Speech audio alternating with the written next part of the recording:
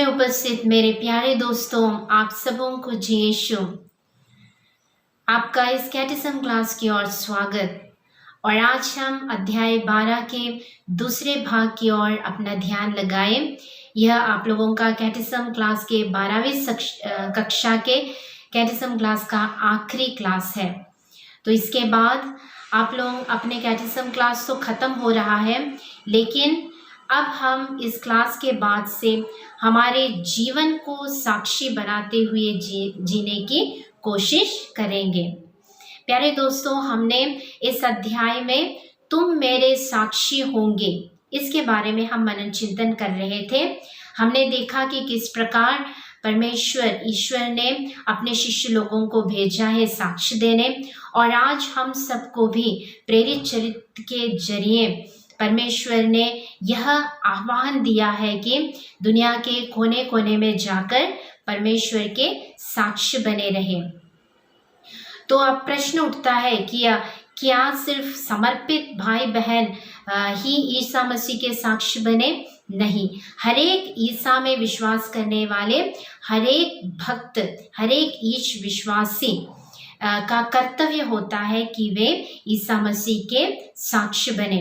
और आज तक आप लोग छोटे थे, आप लोगों को बताया गया जाता था और आप लोग किया करते थे, और अब से आप लोगों को विचार करना है कि किस प्रकार ये आपका रिस्पॉन्सिबिलिटी बनता है कि किस प्रकार आप ईसा मसीह के साक्ष्य बने।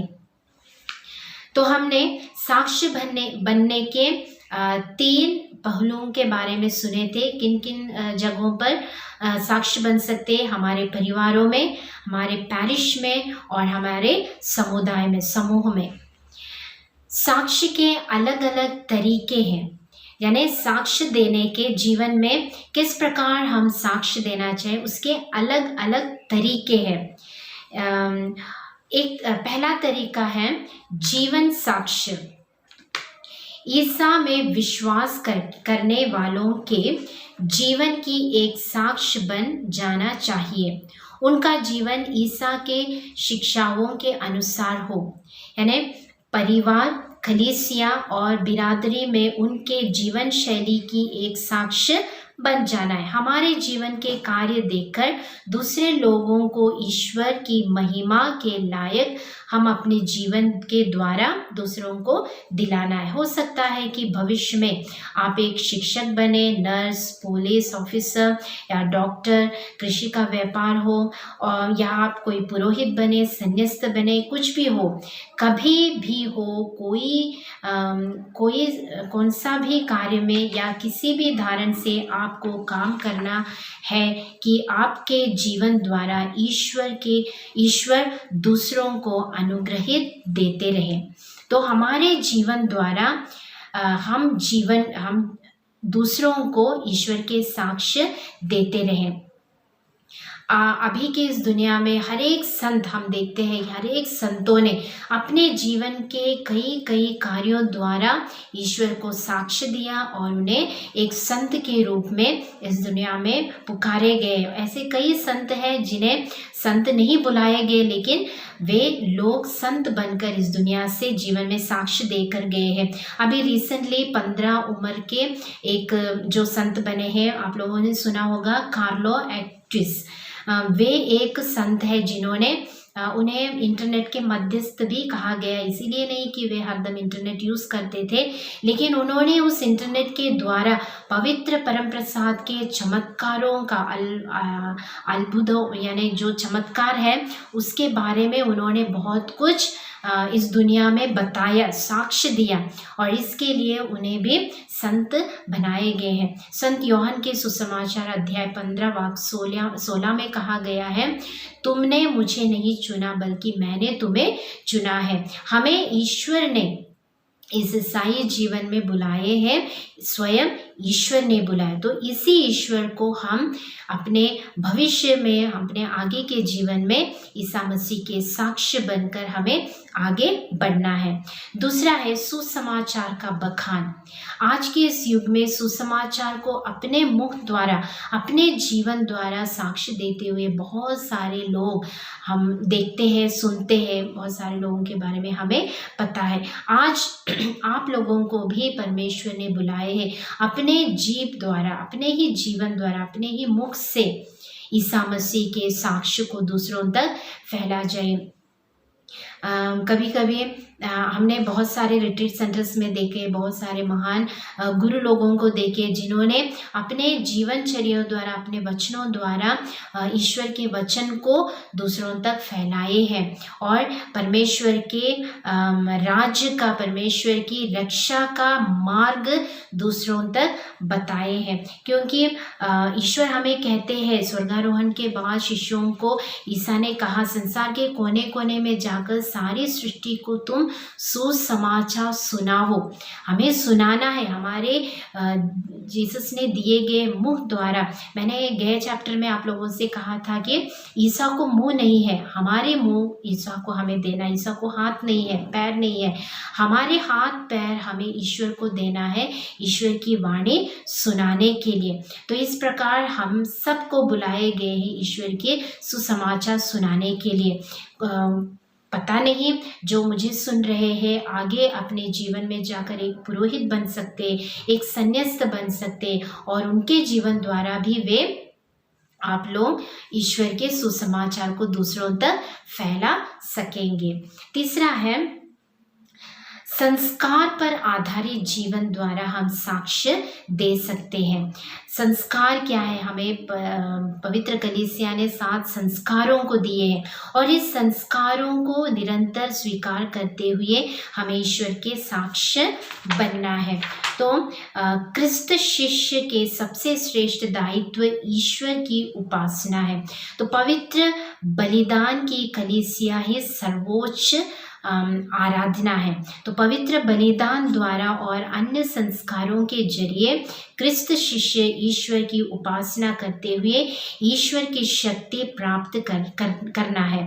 तो पवित्र बलिदान एवं अन्य संस्कारों से ईश्वरीय जीवन विश्वासियों पर बरसाया जाता है और पवित्र बलिदान तथा रविवार के अनुष्ठानों को, पाप स्वीकार को, इस प्रकार हम हर एक संस्कारों को स्वीकार करते हुए इसके जरिए हम दूसरों तक हमारे विश्वास के जरिए, विश्वास जीवन द्वारा दूसरों तक हम प्रेरणा दिलाना चाहिए। इसलिए आप युवक युवतियों का एक फर्ज होता है कि हर रविवार को मिसा बलिदान में भाग लेते हुए, निरंतर पाप स्वीकार करते हुए, अपने जीवन को पवित्रता के मार्ग पर चलाते हुए दूसरों को परमेश्वर की एक साक्ष्य बनकर रहना है।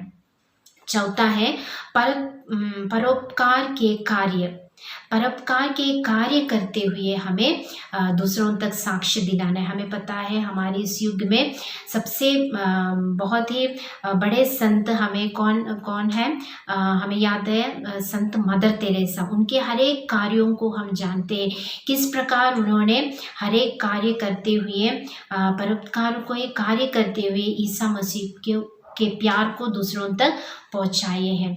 तो ये ऐसे कार्य है जिससे दुखित, पीड़ित, अगनित एवं पतित लोगों की ईसा मसीह के नाम पर मदद की जाती है। भूखों को भोजन देना, प्यासों को पिलाना, वस्त्रहीन लोगों को वस्त्र देना, रोगियों और कैदियों से भेंट करना आदि परोपकार के कार्यों के जरिए हम ईसा मसीह के साक्ष्य बन जाते हैं। संत मत्ती के सुसमाचार में भी ईसा हमें याद दिलाते हैं कि इनमें से कई छोटे से छोटे लोगों को जब आपने किया है तब किसको किया है?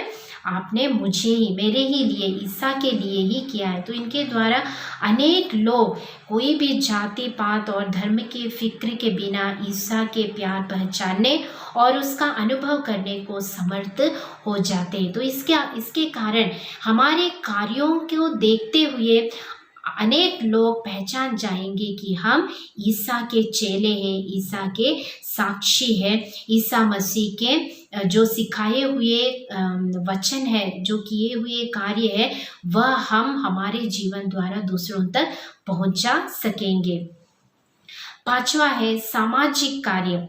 सामाजिक कार्य परोपकार कार्य के अतिरिक्त सामाजिक श्रेष्ठ में भी कार्य करने का हर एक ईसाई का फर्ज है। तो ईसा बुराई के बदले संघर्ष करने वाला एक व्यक्ति थे। जहाँ कहीं भी बुराई दिखाई दिया था, ईसा ने उसके खिलाफ खड़े हुए और सच्चाई का मार्ग दिखाए थे। समाज के दूषित एवं बुरी व्यवस्थाओं के खिलाफ आवाज उठाने एवं सुसमाचारों के मूल्यों के लिए खड़े रहने को हर एक ईसाई को ध्यान रखना होगा। तो हर एक क्रिस्तीय विश्वासियों का यह एक धर्म है।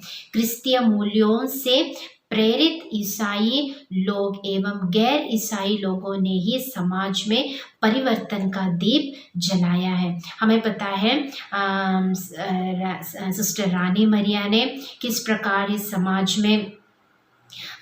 की सेवा के लिए आवाज़ उठाया था। हमें पता है मदर तेरेसा ने भी किस प्रकार समाज की सेवा के लिए अपना आवाज़ उठाए थे। ऐसे बहुत सारे महान लोग हैं जिन्होंने समाज के कार्यों में बुराई के खिलाफ आवाज़ उठाते हुए ईसा मसीह के प्रेम का साक्ष्य बने रहे थे। पापा फ्रांसिस के फ्रैटेली तुtti करके नामक एक पुस्तक में उसका कोर संदेश यही है, हम सब भाई बहन है, we all are fellow brethren, यानी हम सब भाई बहन हैं।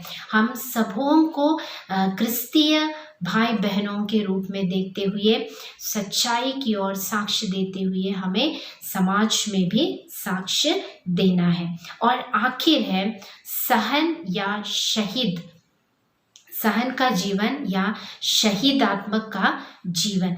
यहाँ पे हम देखते हैं कि किस प्रकार परमेश्वर के ऊपर भरोसा रखते हुए, दुनिया से निडर रहते हुए वे सफरिंग सहन का सामना किए, और साथ ही साथ ऐसे बहुत सारे लोग हैं जो सहन को अपनाते हुए एक शहीद बने।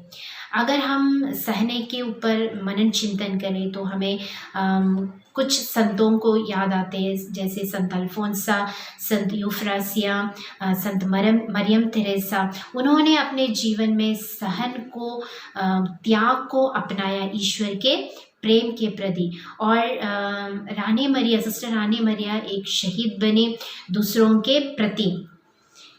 कैथोलिक विश्वास को अपनाते हुए गैर यहूदियों के बीच में भी रहकर उन्हें सच्चाई और सत्य के मार्ग दिलाते हुए भी वे लोग शहीद बने थे। तो इस प्रकार हम हमारे इस विश्वास में, विशेषकर कैथोलिक विश्वास में, बहुत सारे शहीद लोग हैं जो अपना जीवन न्यौछावर किए ईश्वर के नाम के प्रति। तो ईसा ने कहा था, जो मेरा अनुसरण करना चाहता है वह आत्मत्याग करे और अपना क्रूस उठाकर मेरे पीछे हो ले। इस हर एक ईसाई की यह धारणा अवश्य हो जाती है कि जब हम ईसा के लिए पीड़ा सहन करते हैं तो हम सौभाग्यशाली बन जाते हैं। ईसा के प्रति अत्याचार के शिकार बने शिष्यों और शहीदों ने उस कारण आनंद मनाया था। उनकी तरह अत्याचार एवं पीड़ा में धैर्य रखने के लिए हमें पवित्रता की कृपा की अत्यंत जरूरी है। प्रार्थना एवं संस्कारों के जरिए जब हम ईश्वरीय शक्ति से भर जाते हैं तब ईसा के साक्षी बनने की शक्ति हमें प्राप्त होती है। तो हम जीवन में जो कोई भी मार्ग चुने, कल हमारे जीवन में हम जो कोई भी मार्ग चुन लेते हैं, लेकिन हर एक जगह पर, हर एक जीवन कार्य पर हम ईसा मसीह के साक्ष्य बनकर रहना है। संत मदर तेरेसा कहती है, I am not worried about success but I am worried only for faith. तो विश्वास के लिए हमें लड़ना है, विश्वास के प्रति हमें जीना है, विश्वास के दौर पर हमारे जीवन की दौड़ हमें आगे बढ़ाना है। तो हमें इसके लिए, जैसे मैंने कहा, हमें पवित्र आत्मा की अक्सर ज़रूरत है। पवित्र आत्मा के ज्ञान और बुद्धि का हमें अक्सर ज़रूरत है। तो जैसे हमने पहले सुना, स्टीफन हॉकिंग ने कहा था, whatever you are be good, whatever you are be a good one। यानी हम हमारे जीवन द्वारा सिर्फ अच्छाई और भलाई हम दूसरों की तरफ चाहे। जिस प्रकार भले समय समारिया की कहानी में हम देखते हैं, पुरोहित निकल गए, लेवाइट निकल गए, लेकिन उस घायल मनुष्य की सेवा किसने किया? एक समारी व्यक्ति ने किया। तो उस प्रकार मुझे मेरे जीवन में सोचना है कि मेरे जीवन कार्यों में आगे बढ़ते समय मैं किसका रोल लेता हूँ या लेती हूँ।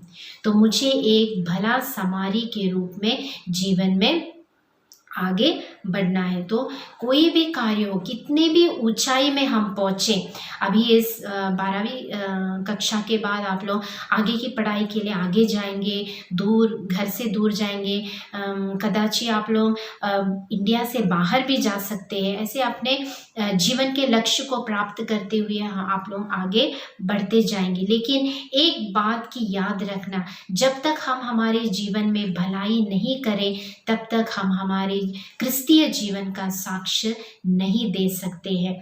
तो प्यारे बच्चों, जैसे मैंने पहले एक चैप्टर में आप लोगों से अब्दुल कलाम की एक कहावत को बताया कि education gives you humility, humility gives you character, and that character gives you righteousness. तो इस प्रकार हम एक सच्चे व्यक्ति बनकर आगे अपना जीवन बिताने की कोशिश करेंगे और साथ ही साथ हमारे क्रिस्तीय जीवन द्वारा ईसा मसीह के साक्ष्य हम बने रहेंगे। तो इस 12 वर्ष के कैटिज्म क्लास में आप लोग बहुत कुछ सीखे हैं, कलीसिया के बारे में, विश्वास के बारे में, हमारे जीवन किस प्रकार हमें आगे बढ़ाना है, प्रलोभनों को किस प्रकार हमें सामना करना है, जीवन के हर एक कार्य में किस प्रकार हम ईश्वर पर निर्धारित रहना है, क्रिस्तीय जीवन, कलीसिया और समाज में किस प्रकार हमें साक्ष्य देना है, आज के इस युग में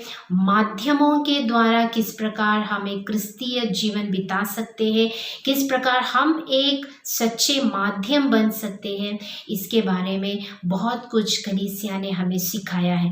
अब आप लोगों की चांस है कि किस प्रकार आप लोग, अब इस कैटिज्म क्लासेस तो ख़त्म हो रहे हैं, लेकिन आपका जीवन अभी से शुरू होने वाला है। तो जहाँ कहीं भी आप जाएंगे, विश्वास में दृढ़ रहें, कलीसिया की सीख, कलीसिया की जो पढ़ाइयाँ हैं उस पर दृढ़ बने रहे, विश्वास करें, पवित्र ग्रंथ को अपने छाती से लगाए रखें, पवित्र ग्रंथ की आज्ञाओं के अनुसार अपना जीवन बिताएं और अपने जीवन के अंत तक ईसा मसीह के प्रेम और शांति के साक्ष्य बनकर अपना जीवन बिता सके। हम प्रार्थना करें। प्यारे प्रभु ईसा, हम सबों को जो अपने इस कैटिज्म क्लासेस की समाप्ति पर आए हैं, जीवन में आगे बढ़ते समय जीवन के हर रास्तों पर हमें यह कृपा दे कि मिले हुए विश्वास पर दृढ़ रहते हुए, इस वचन को ग्रहण करते हुए, विश्वास के दौर पर आगे बढ़ते हुए, दुनिया के कोने कोने में जहाँ कहीं भी हम हो, ईश्वर के साक्ष्य बनकर जीवन बिताने की कृपा हम सबको दीजिए। पिता, पुत्र और पवित्र आत्मा के नाम पर आमीन।